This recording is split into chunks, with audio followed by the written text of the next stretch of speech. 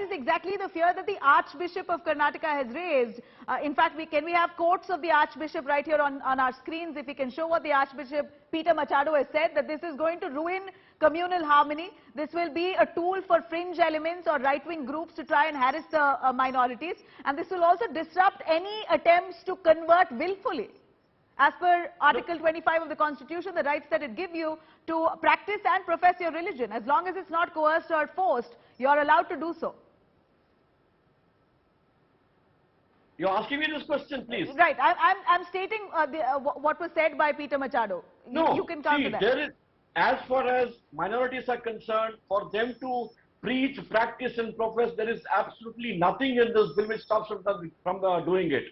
If somebody who is mature enough to understand the implications of conversion, if he wants to get converted by going and applying for a permission with the DC, there is no problem. Exactly. It's as it is such a cumbersome process, Captain Ganesh. It's not an easy task for conversion. If it is forced, then one knows it is forced. If one is doing it willfully, it's a cumbersome process of 6 months. You go to the DC, you go to the magistrate, you get all your paperwork done. When it's so cumbersome, you already have different sections of the IPC to deal with any kind of forceful conversion. Why did you have to introduce a new anti-conversion law altogether?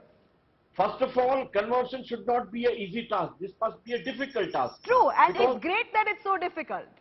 Number one. Number two, all these years, what all provisions you had in the existing IPC were not stopping these missionaries from converting people en masse, converting families. I have visited families where a particular person was being converted and the whole family into a trauma. I have visited that. And poor people living in colonies, they are being converted en masse. Now, this will only ensure that using inducements, using coercion, marriage as an excuse, there will be no kind of conversion of this sort. People cannot go to hospitals. But you're making this sound like like an alarming situation, which isn't so, Captain Ganesh. You may have visited isolated families. There is no report. There is no FIR. There's nothing in police record that there was any mass conversion like you're mentioning. No. This is not for some police reports. Some police reports have been collected by the government. You should have filed a FIR if that was the case. If you saw any, if you witnessed any mass conversion. No, there are mass conversions. There are instances of mass conversion, and there are instances of forced conversion. There is no doubt about it. Otherwise, why should Pope come and tell in India, Indian soil, that next century is the century for harvesting the souls? What does it mean? And why are they scared? This will not come in way of the Christians or any other religion for that matter in practicing, professing and preaching their religion. There will be no harm done at all. And if a mature individual wants to convert himself, this bill is not going to come in way. Okay. Let me ask that to Nagaraju. If